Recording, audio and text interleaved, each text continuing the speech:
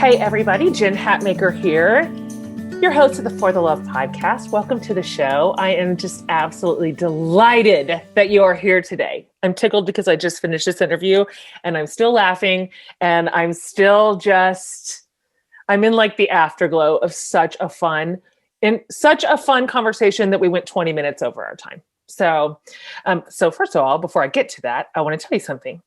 Today, this is the 200th episode of our little show. 200. I can't even believe it. We launched the For the Love podcast in the summer of 2017. And since then, you have helped me welcome some of the most brilliant, fascinating, hilarious, and insightful guests into this community that I could have ever imagined. I couldn't possibly be more grateful to have sat at their feet, to have learned so much. And I cannot thank you enough for being along for the ride. 200 episodes worth. I'm telling you, for every single comment that you leave, every rating you give, every one of you who subscribes and shares the show with your friends, we just could not be more grateful. Could not. So thank you for being here week after week. I tell you this all the time, but I mean it from the bottom of my heart. It is an honor for the team and I to serve you in this way. We love you and we love this space. Okay. Let's get into today's 200th episode. And I'll just tell you, there's a million reasons why I'm happy that you're here today. But first of all, we're launching a brand new series today. And maybe the right way to say it is, we're bringing you one of our tip-top favorite series that we are doing a repeat of because it was so fun the first time around and now is even better. Because today we're launching For the Love of Food Part 2. This was the very second series I ever did on the show. I did series in order of things I loved. My very first series was on friendship. My second series was on food. And so here we are again, revisiting this idea, revisiting this subject that I love so much. You know that I do. And so my guest today, of course, is a friend. She has become a friend. So what is this world? She is so near and dear to me, so near and dear to my heart. I know she is to you as well. I know because hello. And so she has said, yes, I will come back to the For the Love community and let's do this. And so yay for us. Today we have on the show Ree Drummond, of course, also known as the Pioneer Woman. She's everything. She's just everything. She's my everything. She's a writer. You know, she's a TV host. She's a very savvy businesswoman who has literally given the world nothing but joy and humor and butter. I mean, she's on our TVs with her delightful show and tons of best-selling books and cookbooks. This beautiful lifestyle product line at Walmart, a magazine, a store called The Mercantile right by her Oklahoma ranch, the boarding house, her little boutique hotel there, her family that charms all of us beyond our imaginations.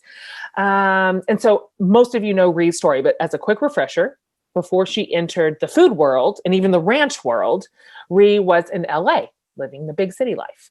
And then after she met her future husband, Lad, who she always called the Marlboro Man, she settled into life in small town Oklahoma. And she started a blog back in the blog days. We're going to talk about this called Confessions of a Pioneer Woman. And then that blog blossomed into what I call an empire. She does not like that word. She said, I don't like that word, but I do. That's what I'm calling it. And Time even named it one of the 25 best blogs in the world back then. And then years later, here she is with this incredible life, this incredible offering to the world. And you guys, I want to tell you something because I forced her into being my friend, and she is. She is every bit as good in person and behind the scenes as you think. She is exactly who she says she is. She is hysterical. She's loyal. She's kind. She is generous. She's funny. I love her. I literally love her. And I know you do too. So lucky us. Let's kick off For the Love of Food, Part 2 with my favorite person, Ree Drummond. Ree Drummond, welcome back to the For the Love podcast. Hi, I'm so delighted to see you. Hi, Jen. I just love you. I I mean, have no other way to express how I feel about you. You're just wonderful. it's You're the best. You're my big same. favorite. It's big same. Big same. Um, I was just texting with my girlfriends right before I jumped on here with you, and I was like, I gotta go. I'm about to pop on with Ree, and they were like, these are my girlfriends that came to Pawhuska with me, Oh, and they were like, squeeze her for us. oh. Give her a love. You are, you know, I feel like I'm part of that club, and I was only with you all for a brief time, but I just I wear the sweatshirt you sent with all your pictures on it, and it was a special get together for me. So so and a special gift. listeners, let me just give you a little background on that.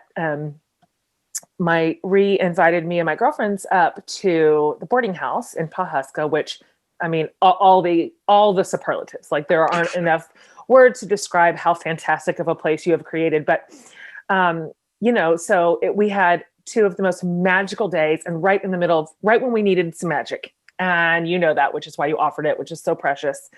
And so we got back and we were like, this was so special and precious to us. Like, we had the greatest time. It's exact. What do we do for Ree? Like, what does one do for Ree Drummond to say, this was so dear of you, so kind? What do we buy you? What do you have? You have things. You don't need new things. So we were like, we're going to have to go a different route. It can't be earnest. It's going to have to be more in line with how we are. So, listeners, you know this if you've been around me a while, but me and my girlfriends do a sweatshirt thing. When we travel, we always buy a very stupid sweatshirt wherever we go together, and it's obnoxious and it's ill-fitting, and that's part of the charm. So we took a picture of ourselves wearing Ree's sweatshirt from the Mercantile in front of so all of us had on the exact same sweatshirt, hers, in front of the boarding house. And we took a picture, and then we took that picture of us in her sweatshirts, and we made it into a sweatshirt, and we sent it to Ree. So with that kind of thank you gift, don't more people want to give me things? Because this is what you could receive.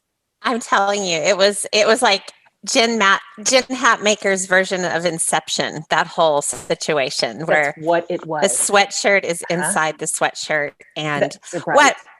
What really was special about the gift, beyond the fact that your voice or your pictures were on the sweatshirt, yes, it was a little bit too small. Oh yeah, I appreciate you. And I was so flattered. I was like, yay! They saw me in person and they chose this size for me. In fact, we looked at it and I said, "This is going to be too big."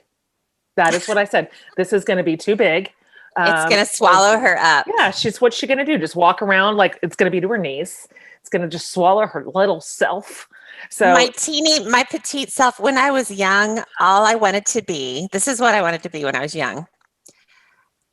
Catholic, and like Italian Catholic,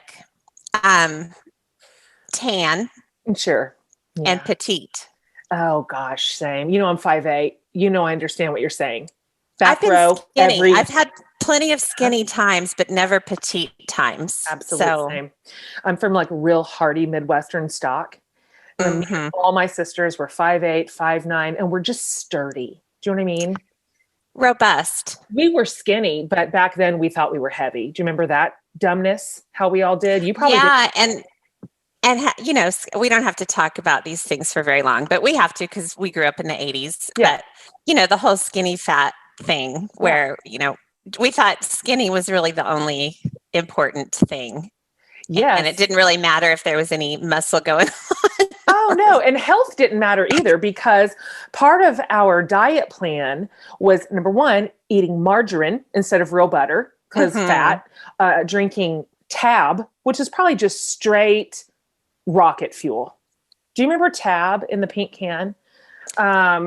And all the fat-free stuff? That was all the Snackwells. I remember eating a box of Snackwells because I wouldn't gain any weight if I did that. That's right. See, that was a really good approach to health. And then what makes me even more mad is to look back at pictures of myself then with the real clear memory of feeling like I'm a real chub. like I need to trim this thigh gap down. And I was like, a tiny born baby. Like I was as skinny as a rail. Oh God, the arms. The arms are what I notice. Like the footprint. The carbon footprint I make is what I've noticed, like the change in size. But okay, we've gotten that over with now. It's just fine and true. Yes, I do constantly. Our daughters are all the same ages, and I'm constantly looking at them and like, take a lot of pictures. Just take as many pictures of yourself as you can. Full body, full mirror, wear as little clothes as possible. These are your glory years. Just trust me. I mean, I know your DNA, so I'm just telling you, I know your future. It's true. But I was kind of thinking nowadays, if somebody wants to lose weight, there's so many resources available and beautiful food. You can see it on Instagram and things with grains and, plant-based options. But then there's been this turn where TikTok recipes, there's some beautiful things, but there's this generation of TikTokers that are back to like, cinnamon roll dough in cans, shoving it into a toaster and like, topping it with Ready Whip. And it makes me so happy about, where we're going as a people. That's our future. And I'm glad for it. Like we're back. We're back. We're back. Finally. Golly, finally. Been waiting for a toaster oven cinnamon roll, it's a little Ready Whip. That's too much quinoa. It's just, I know that you like the quinoa and I skipped right over that. I'm like, no, I'm not falling for this. I'm not falling for this. It tastes like garbage. I know you can fix it. I know that you can and you do. My thing is, and the things I like to eat are informed by the brief stint, relatively speaking, that I had in California. That's right. And so I kind of fondly remember just the excitement of that kind of food. Oh, yes. But then I also, it's informed by the fact that I live on a cattle ranch surrounded by so much meat and potatoes. I love meat and potatoes, but it's always there. So I want what I can't have because I'm a 7. I know. You sure do. That grass is so green everywhere. It's everywhere so green else. And pretty and yummy. I know. Some of my very best friends, several of them are 7s, and I just enjoy their energy so much. I will never not have fun with them in the friend group. That I can tell you right now, because whatever fun thing we're doing, there's a possibility of having it be more fun in some way that they'll figure out. All of us who are 7s are probably our biggest fear is to be boring. Yeah. So even if we're not necessarily in the mood to be fun, we are going to be fun and make it fun. And then we go home and pass out, That's for right. Even 4 if days. You're full of resentment because you're the one having to always create the fun. Like my fun 7s are also the planners. They're the fun planners, which has got to get old. It has to get old because I'm just a go along. I'm just like, what time do I be there and how much do I owe you? Like that's the full extent of my prep duty. And that's just got to be they must resent me so much. But nonetheless, we have, 20 years of memories and pictures to show that we had a good time. Thanks to them. Thanks to them. Thanks to the 7s. I know. We do love you guys in the world. We sure do. I wanted to be a 7. I told you. I wanted to be a 7 so bad. And my 3 energy is it's really undeniable. So it is. I know. I can see that. You have just 3s emanating from your being. Yeah, I'm a 3 with a 3 wing. Okay, what's a fun thing to know is that you were absolutely one of our very first guests on this podcast. I honestly, I think you were maybe my 3rd or my 4th guest ever. So first of all, big apologies for however I was then. It was new. I was new. But today you are our guest for our 200th episode, which is so cute. Welcome. It's incredible. Well, I would never have guessed I was only the 3rd or 4th guest. That's incredible. I thought you were sort of a seasoned podcaster. So now we know that you lie. Now the world knows that Ree does not tell the truth. Also, that might have been the first podcast I've ever appeared on. I can't really remember, but I haven't appeared on a lot. But I just remember thinking, I like her a lot. That's exactly what I walked away with. I'm like, I'm going to make her be my friend. I don't know how yet. I need to formulate a plan. But if I'm going to put my chips on my Enneagram 3-ness, and that's it. We shall be friends. I recorded that podcast with you sitting cross-legged on the floor of my closet with no air, with the door shut. And I put my little microphone and my computer in front of me and put pillows all around it. It was like a really, really high production operation. Oh man. And look at us now. Yeah. Look how much better is this? These are like the AirPods that come in the package with the phone. So anyway, I'm wearing yoga pants that there's no excuse for them, and my husband's socks that are not the same socks. So listen, we've come so far. It's who we are now. I am too. Look, just two powerful women. Just absolutely. I've got filthy hair under this hat. But we did forge a little friendship. So it's very exciting that we know each other better, even better now. That is so true. You know what? It was so funny, Ree, because I went back to see what we talked about in our first episode in 2017. And so at the time, you were reading the Hamilton biography and you had just seen it. Hamilton was brand new to your experience at that time. And you had said it was altering the course of your life. I had zero connection to Hamilton at that point. Zero. I was like, oh, I kind of like heard of that. It's something about like a war. It involves some sort of war. I had no clue. What I told you was, oh yeah, I think I follow the guy who wrote that. He's interesting. And now, you know, you and I could literally create this entire hour just out of talking about Hamilton. The whole hour. You're like, yeah, that guy that wrote it, what's his name? Larry or something? Yeah, no, literally. No, that's how I was. Yes. But that's how it is with everybody. They hear the hype.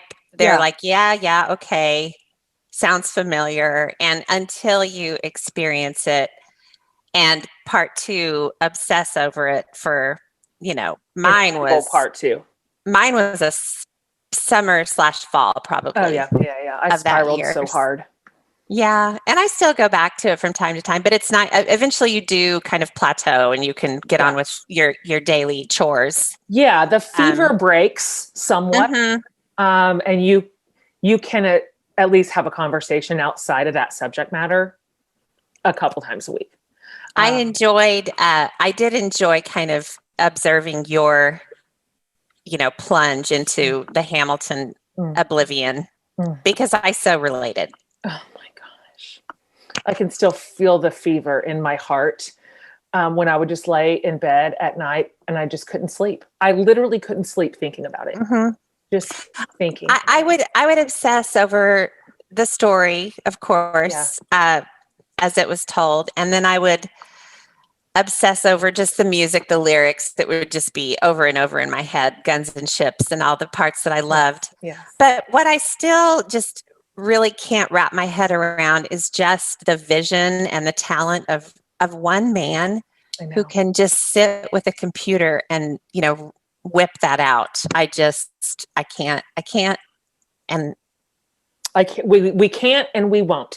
Literally, we won't. Was he just sat down and he put his fingers to either a pen and he just made this up out of his brain thoughts. That's what he did, right out of his brain. He just thought these words up and wrote them down. And I cannot. We're not worthy. And then I wish he would just quit, because what in the world comes after Hamilton? Just quit. Just sail off into the sunset. You're a legend. What was he, 30? Yeah. I think he was in his 20s. Yeah. That's dumb. We love you, right. Lin-Manuel. We love you. We do. And it's fun. We're so late. It's 6 years after that. And I'm still talking about it like it came out yesterday. I saw this great musical. Well, it's about one of our founding fathers. I know. My original thought was, it's about like a war. I don't know. Maybe the Industrial Revolution. I just couldn't find the context because I'd missed it, but caught up later. Okay. So this is fun because we are, we're doing a food series. We're kicking off a food series this week. And you and I have talked about a million things, as evidenced by this first just 20 minutes of yammering. We haven't even started. We haven't even started. Yeah. There's plenty else.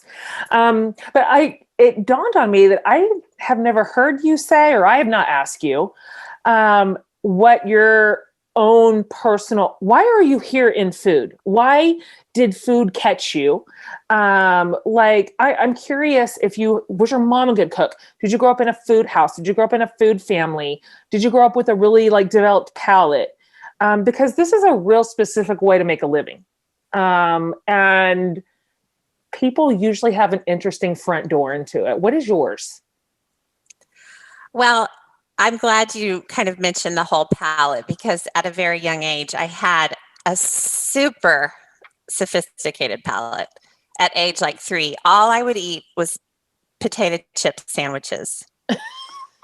and I'm not, when I say all I would eat, Jen, I grew from eating white bread with potato chips, Lay's, and just crushing them between 2 pieces of bread.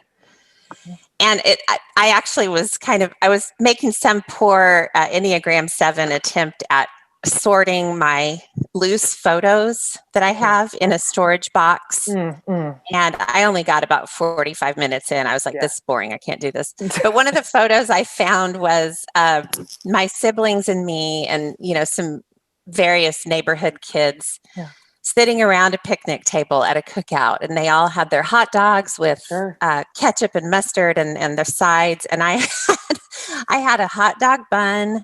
The hot dog was out. It was over to the side. I never would eat that. And then I just shoved a whole bunch of potato chips in the hot dog bun. So listen, I appreciate your commitment. My foundation in food. And then it moved on to mac and cheese and, the whole noodle world.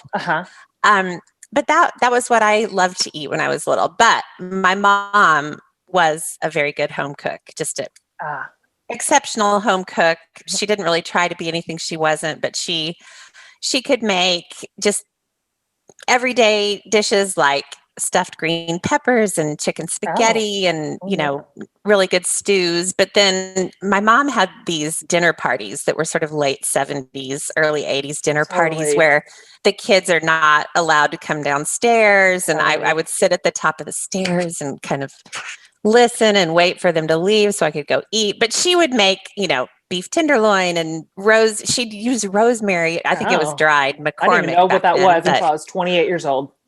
Well, I didn't know until I used fresh, but anyway, so she was a really good cook. And then later when I married Ladd, my mother-in-law sort of helped me with the whole volume bulk. She had cooked for cowboys and, large horse cutting competitions. Everyone would come here and eat. And so literally here in this house, but so those 2 women in my life sort of informed food. But in terms of how I'm making a living with any sort of food angle, there's absolutely no explanation except I love food. I never sewed. I took the cooking home ec classes. I never went to culinary school. I just always loved food. So loved to cook. And that's what informed my food blog in the early days.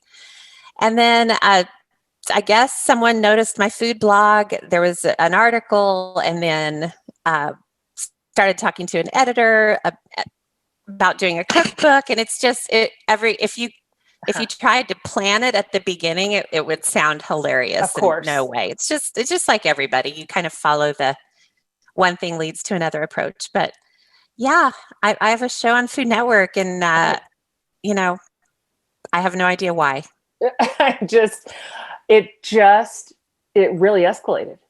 And I want to talk about that food blog, but I do want to also I want to give a little nod to your mom real quick for being a good home cook. But also in the 70s, what I love so much is she's just like, so my kid's just going to eat chip sandwiches. It is what it is. Like, we're not going to fight this.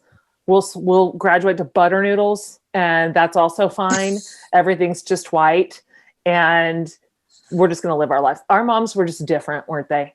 They were just They so were different. 70s moms they had it going on. They didn't care like where we were They necessarily. didn't even know where we were. No, they didn't know. Maybe they cared ultimately in the long term, but they didn't they didn't care at any, from one moment to the next. But Absolutely not. My mom wasn't going to lose 1 ounce of her sleep worried about if my food was nutritious. no. I was actually in ballet at a very early age, and that was my sport growing up. And I had ballet after school until about 8 p.m. I would come home from ballet and microwave a ding dong. Sure. For 9 seconds. So just so it sort of made the center. That's amazing. Extra actually. oozy. But yeah, and my mom never commented. But my mom, I had Madame Alexander dolls growing up. Yeah. Santa would give me one every Christmas. And my mom, I would curl their hair and melt it and put mom. I don't remember my mom ever objecting to things like that. She was strict about boys later, but what I ate and what I did to my, collectibles. Totally. We laugh so hard. Where are you in the lineup of your siblings? I'm third. Okay. All right. But the fourth is there's 6 years between us. Yep. So she sort of usurped your babyhood. Family. Yeah. But I already know, just because of life, that you had different parents than the oldest, too, even, but especially the oldest one. I bet, I'm the oldest. So even in the loosey-goosey way of the 70s and 80s, my parents were dialed in way tighter than they were when my brother, the baby, he's 10 years younger than me. I don't even know who he lived with. I don't know those people. I do not know that lady. I do not know that man. I remember one time I was home visiting and Drew's in high school. I think he's a sophomore. He's 15. And I'm home visiting grown. I'm 25. I have 2 babies. And Drew came home on a school night. It's like a Tuesday, 2:30 in the morning on a school night. And I was out in the living room sleeping on the couch. So of course I heard it. And so the next morning I'm like, Jana, that's my mom's name. Jana, what's going on in this house? My brother, who's a baby, just walked in the door at 2:30 and he has school. And she's like, the thing is, if we have to stay up and wait for him to get home, it makes us tired. And I'm like, is that the thing? That's where we're at now? So I really envy the youngies like you, whose parents were like, we're just tired. We're just eat your chip sandwich, Yeah. It'll all work out. It's so true, isn't it? I mean, at a certain point, our need for sleep just takes over. Poor Todd, my youngest, I mean, buddy. he's so great and wonderful, but who knows? He's only a sophomore too. No telling where he'll be when he's a junior and senior, where he'll be sleeping. No telling. I've said, Remy is my youngest. She's a freshman, just a year behind Todd.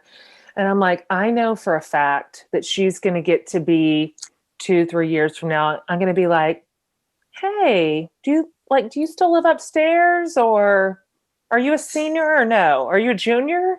What did we apply for college or no?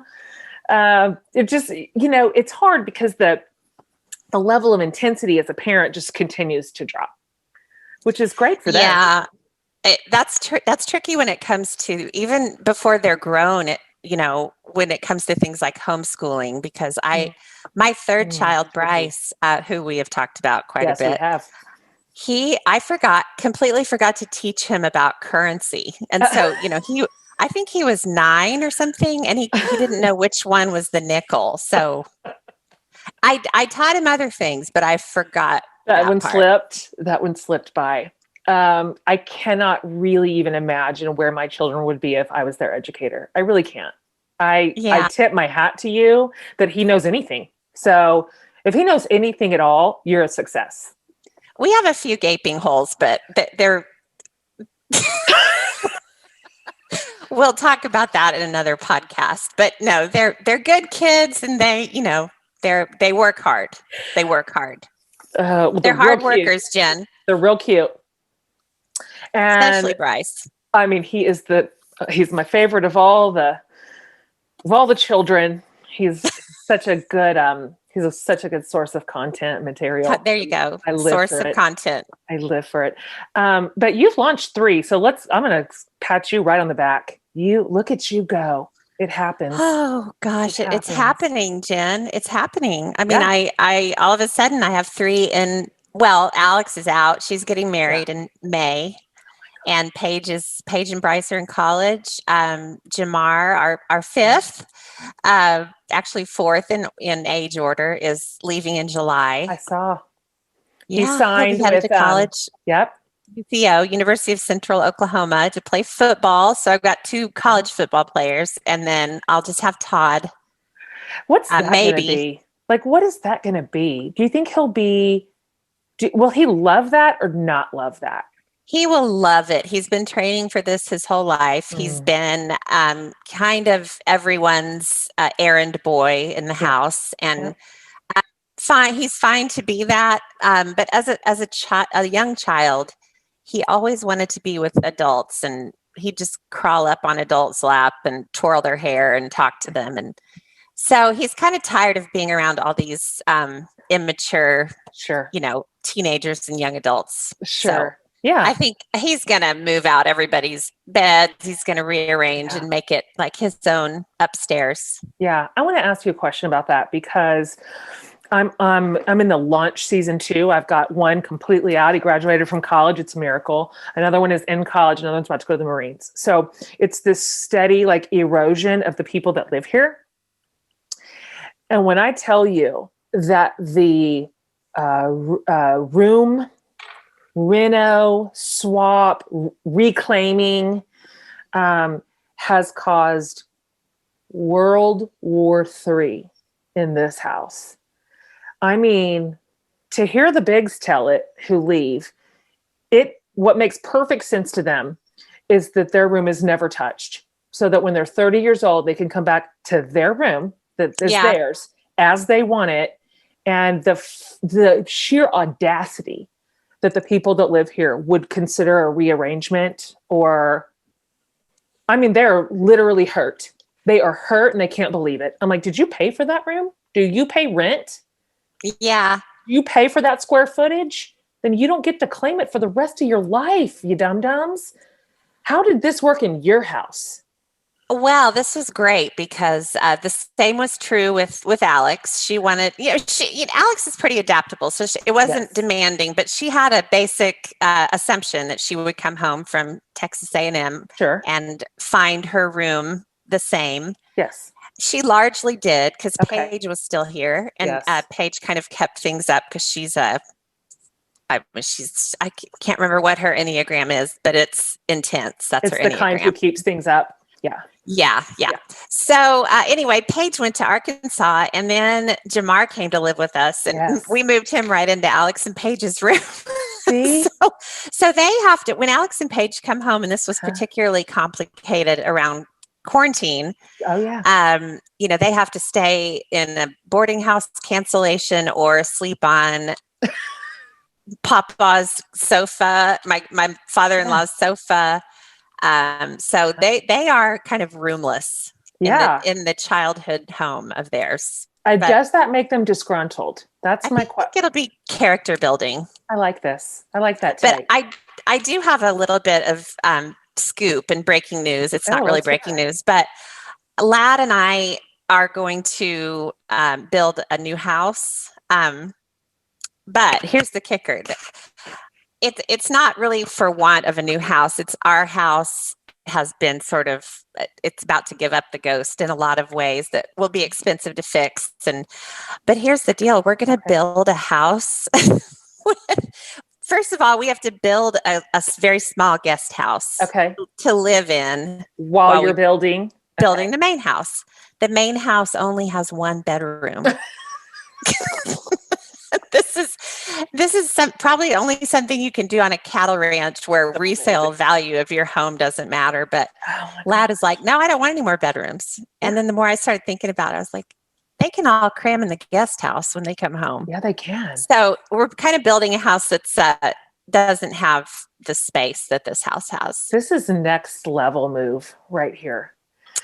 I have so many questions. Does that mean the current house, you're taking it out? You're going to build it where it was? Yes.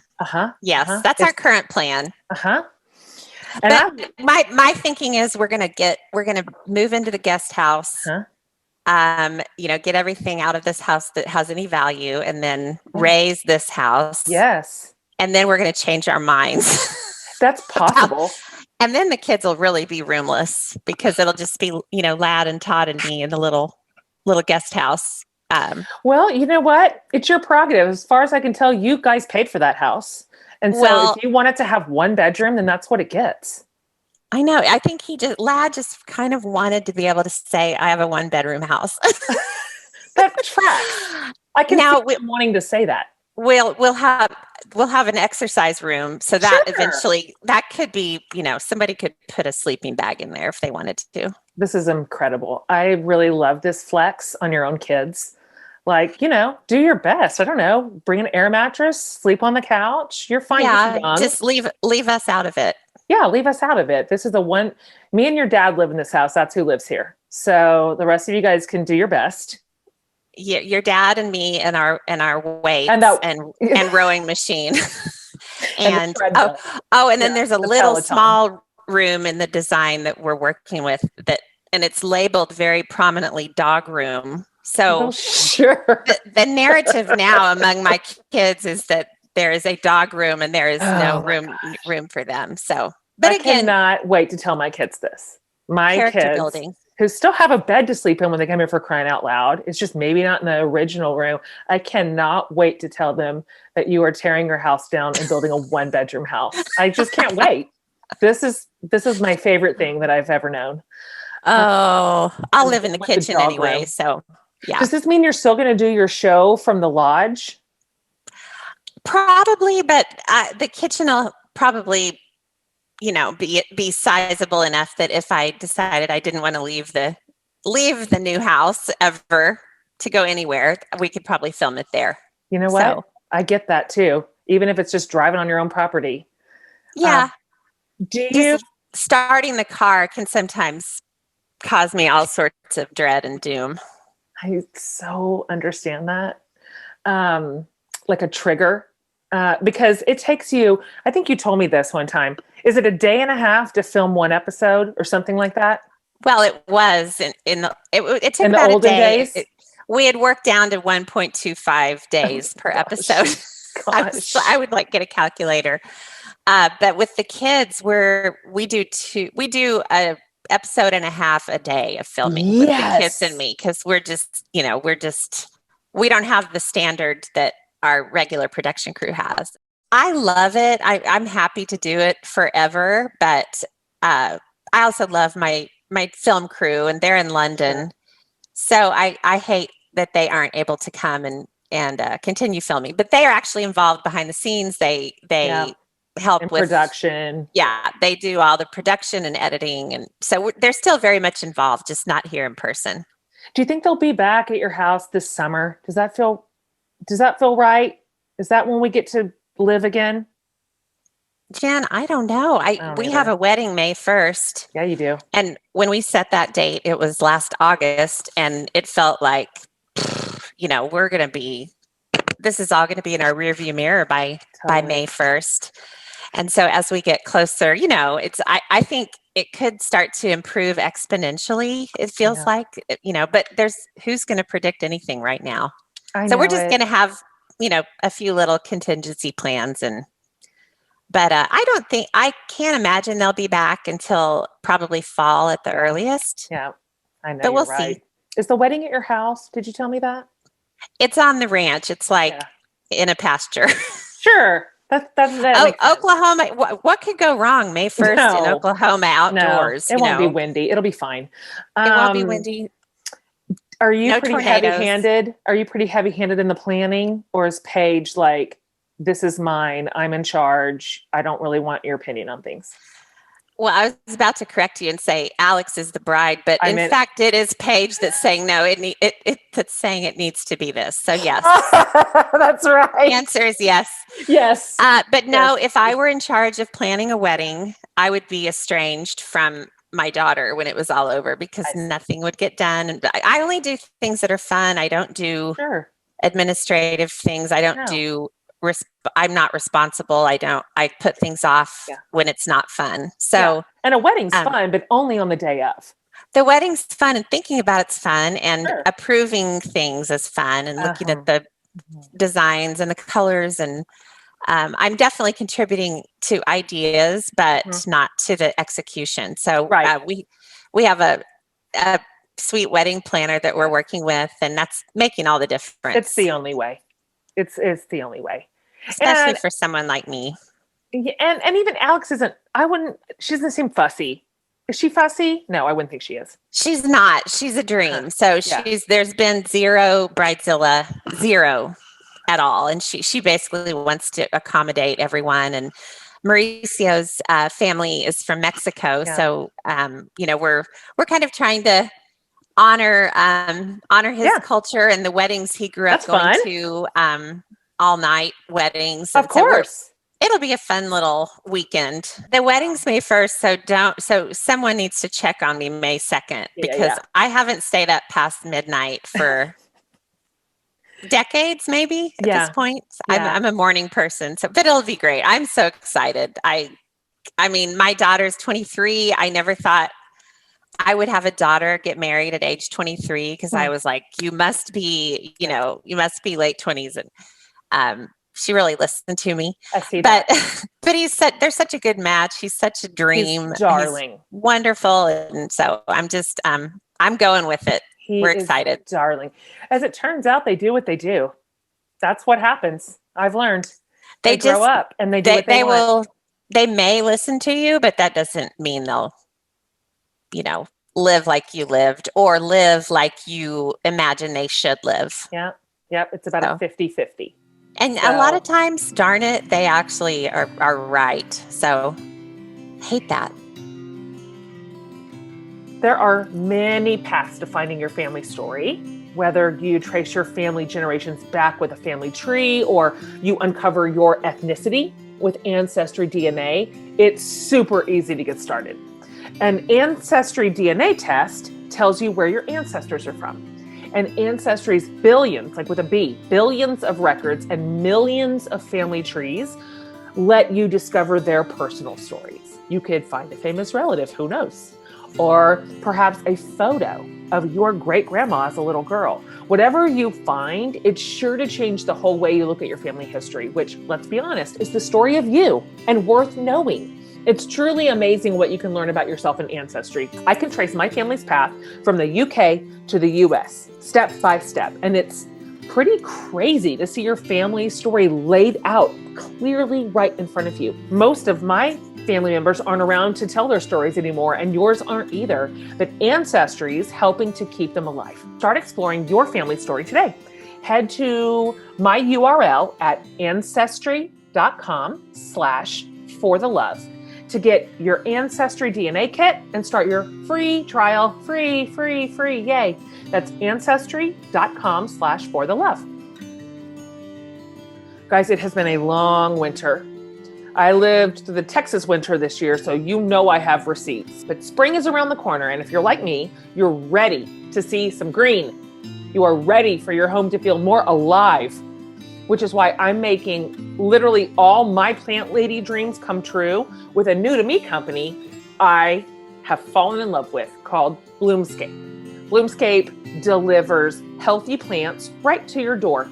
Plus, they tell you everything you need to know to keep your plants healthy and vibrant and alive. You can find the perfect plants for your space, whether you've got tons of light or hardly any. I got a little fiddle leaf fig from Bloomscape, and I absolutely adore it. It came to me looking perfectly beautiful and healthy, and it's got these big, glossy green leaves that just brighten up the living room, and they make the whole space just feel more alive. It actually makes me happy every time I look at it, and I cannot wait to buy more. Right now, you can get 15% off plant orders of $100 or more with promo code FORTHELOVE at bloomscape.com. So it's 15% off plant orders of $100 or more at bloomscape.com, promo code FORTHELOVE. All right, back to our show.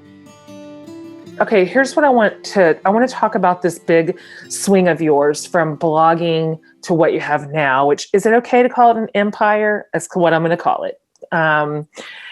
And so I found you through your blog, like a ton of us did, in the days of yesteryear, the blog years, which wasn't that, do you have some nostalgia?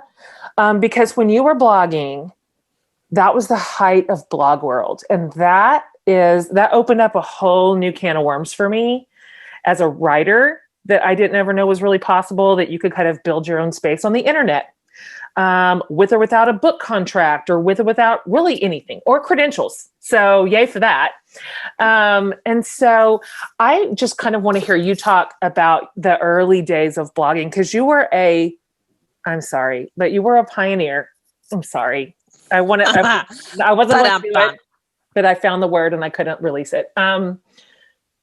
What's your memory of those years? And do you miss any of it?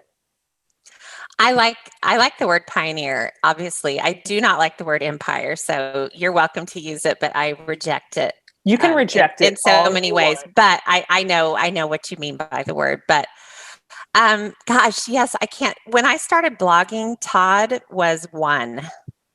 So when I wrapped my head around, he was 1. I had just kind of weaned him. He was kind of middle, 1.5 maybe.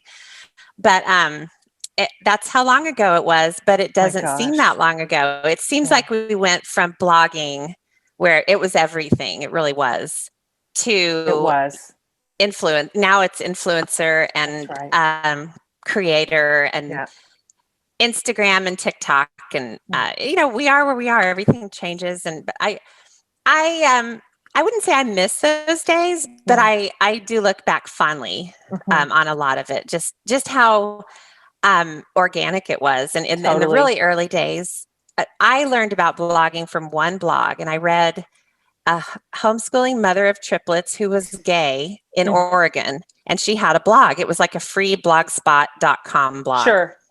But she was a great writer, and I just was fascinated, and I just read. She didn't really post pictures. Occasionally she'd post a snapshot of the woods or something. But so when I started my blog, it was on a whim. And Lad had all the kids with him for the first time ever. And I just said, I'm going to start one of those blog things. Sure. And so it was like, first it was reedrummond.blogspot.com or something. And then I was like, oh, you're not supposed to put your name on the internet. Not then, you weren't. Now you do. But back then you needed a cutesy name.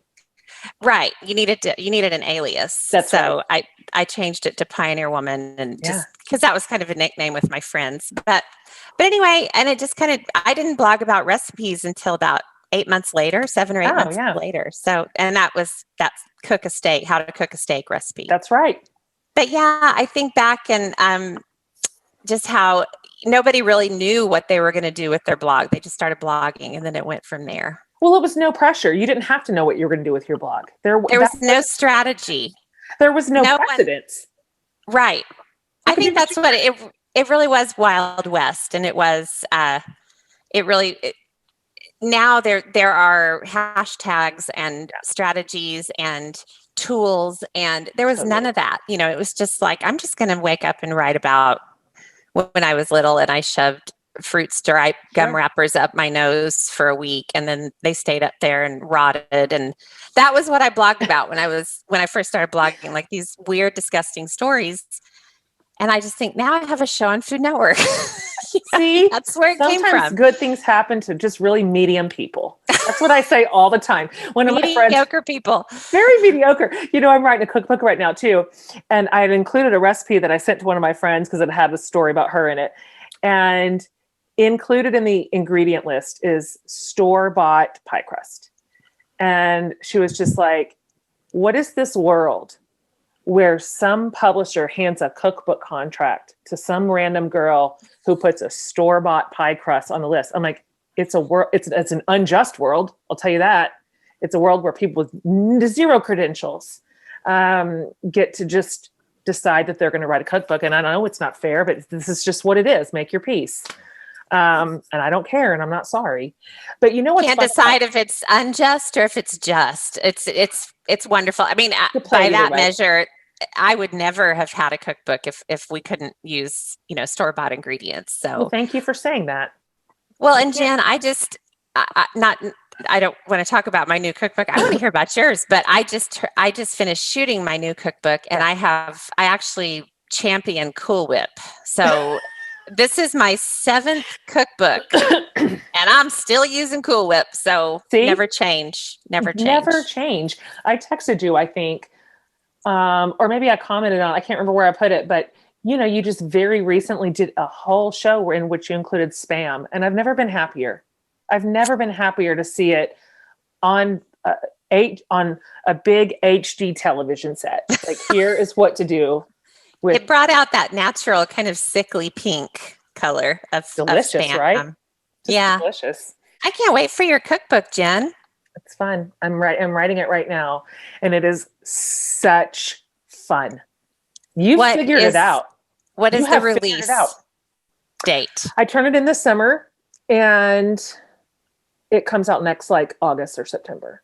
Oh, it's a long time to get these things done. It'll go by fast, though. I mean, when it comes to the project, it doesn't really ever sit where you're not doing anything. That's what I hear. And my poor editor, bless, you know what? Just send up thoughts and prayers to her.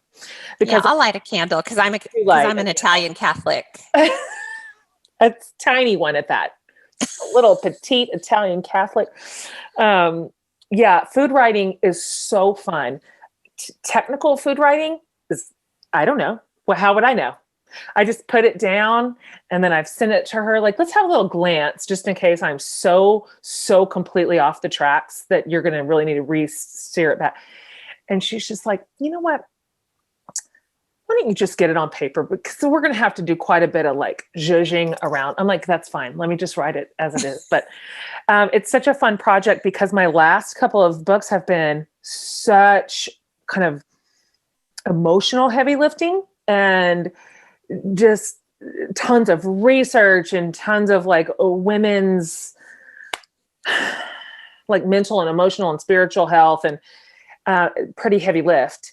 And this turns out it's not a year I can do that. I just cannot do it. I don't have the capacity for it because life was just such a beat down this year. But what I can do is I can write about beef tenderloin. Sure. Yeah. I can write about a quesadilla and enjoy it. And then I have the added benefit of cooking during the middle of the day for test kitchen, and it counts as work. I just can't with my good luck. I cannot believe my good luck. I know. And that's what I love about food writing is, if we were talking about a book about cardiovascular health, or even just something that required actual schooling and expertise, there's not a wide range of who can tackle a topic like that. But with food writing, you can buy cookbooks by Jacques Pepin, and for his expertise and perfection, and you can also buy a book by Jen Hatmaker and Ree, who just say absurd things right in the middle of a paragraph. But because food doesn't belong to anybody, it belongs to all of us, and that's what's so exciting about it. I'm so glad you're going to be in the same crazy world I'm in. Oh my gosh, I love it so much. I just might never go back. I'm not kidding. So much. I'm so happy. It's going to be a huge hit. I just know it. Even if it isn't, it's fun to write, and it's delightful to find out that you can dip your little writer toe in a couple of different pools and love it all. Just love it all. I'm like, you know what? I'm coming up on, I'm 46. Why not? Let's just see what happens. And I mean, I trust a woman who has cooked for a household of people. And all their friends, and who lives in Texas, let's face it. Because the food is food's so good down there. My editor did say, just kind of perusing through all the recipes, she's like, we don't have to put the word spicy in every title of a recipe. Let's go through and edit that out. Like all of it's spicy. Apparently everything in the cookbook I'd like to call spicy chili, spicy migas. I'm like, I need to use the thesaurus here. Anyways, okay. I don't know why I did this real quick. In the early days of my blog or the early days of my Food Network show, I inexplicably put the word perfect before several recipes, because perfect pot roast was my first, and it actually is perfect. It's probably my only perfect recipe. Yeah. But I would be like, perfect potatoes, perfect, and so I really I kind of messed myself up there because, some reviews will be like, perfect miles, but it's okay. It's good. But it just shows that people are very passionate about the version of whatever you're making is to them. So you're saying this, and I have a crab cake recipe in the book that I've already written, and I described it as perfect, and you're making me rethink it. Don't say perfect. And not only did I call it perfect, I said it cannot be improved upon. I might take that out too. No, don't. Just commit. Okay. But I guess my suggestion would be, don't do that with 42 recipes. Oh, I see. You see, because you start to lose. Yeah. It starts to lose meaning. Yeah. You're crying a little wolf there when every single thing you touch is the perfect version of it. Yeah, I see what you're saying. I mean it in a sincere way, like, sure, it's perfect, but it's perfect to you, and you're the writer. Great stories are powerful, right? That's why I love this podcast. We get to hear people from all walks of life talking about their obstacles and their wins. And you know another place we get to do that? The Jen Hatmaker Book Club. And I want you to join today, because if you love this podcast, you're going to love the book club. Here's the deal.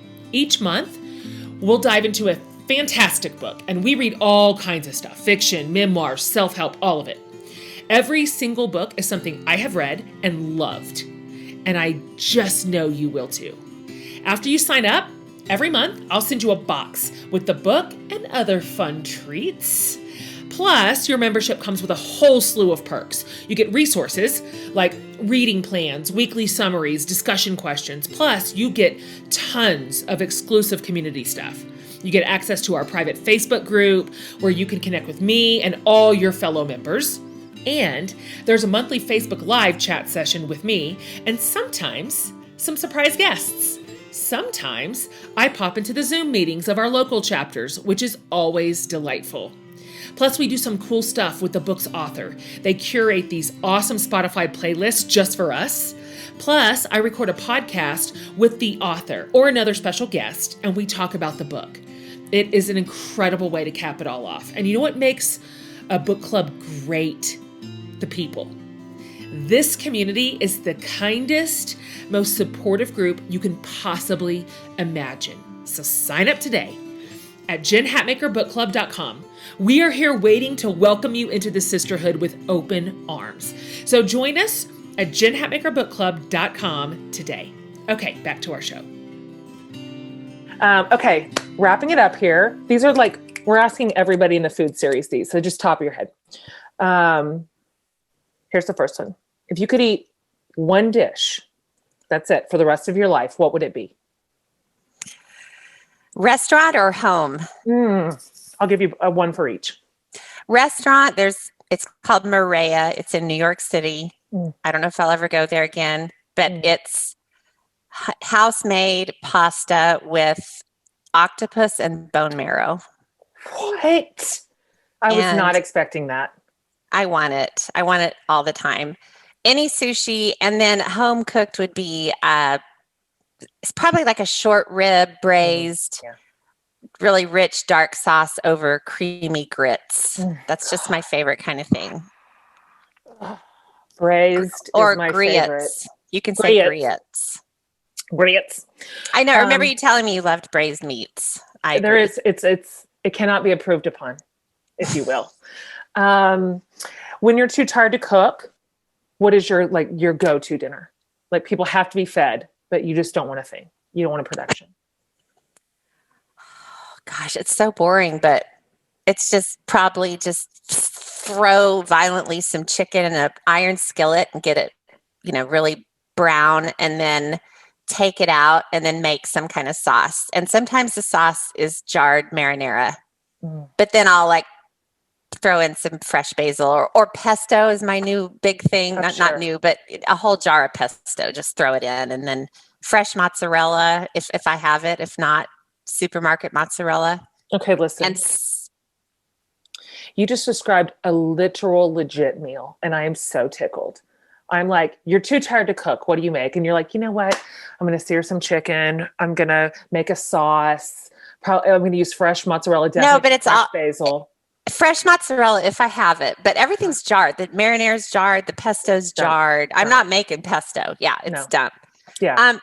I have Totino's pizza rolls in my freezer, and I have ham and cheese and pepperoni hot pockets. So do I. And I have no guilt. No, I don't either. No, not with all these boys. And sometimes they'll choose that over my slop. Yes. So yes, I have all of that in my freezer as well, plus Totino's pizza, which I would eat one right now, the whole thing, and I would love it, and I would think it was delicious. Last question. I asked you this last time because I ask everybody this. This is the last answer, however you want. It's from your fellow Episcopalian who also got it right the first time out of the gate, Barbara Brown Taylor. What is saving your life right now? Shoot, I'm so bad with shoot from the hip answers.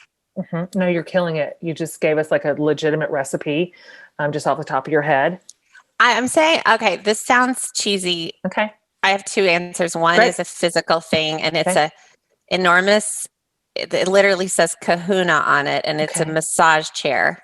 Oh my gosh. But it hurts in a good way. Like it's so mean and it's rough. It needs it. Like I have to turn the intensity down. You got this at your house? I got it for my air quotes family. I got it air quotes for my family for Christmas in 2019. Mm-hmm. I am the only one that uses it, and it saves my life. I don't know. I just, when I want to sit down, put my feet up, I get in there and it swallows me. And so that's one thing. And then the other thing I'm telling you, what's saving me is Psalms.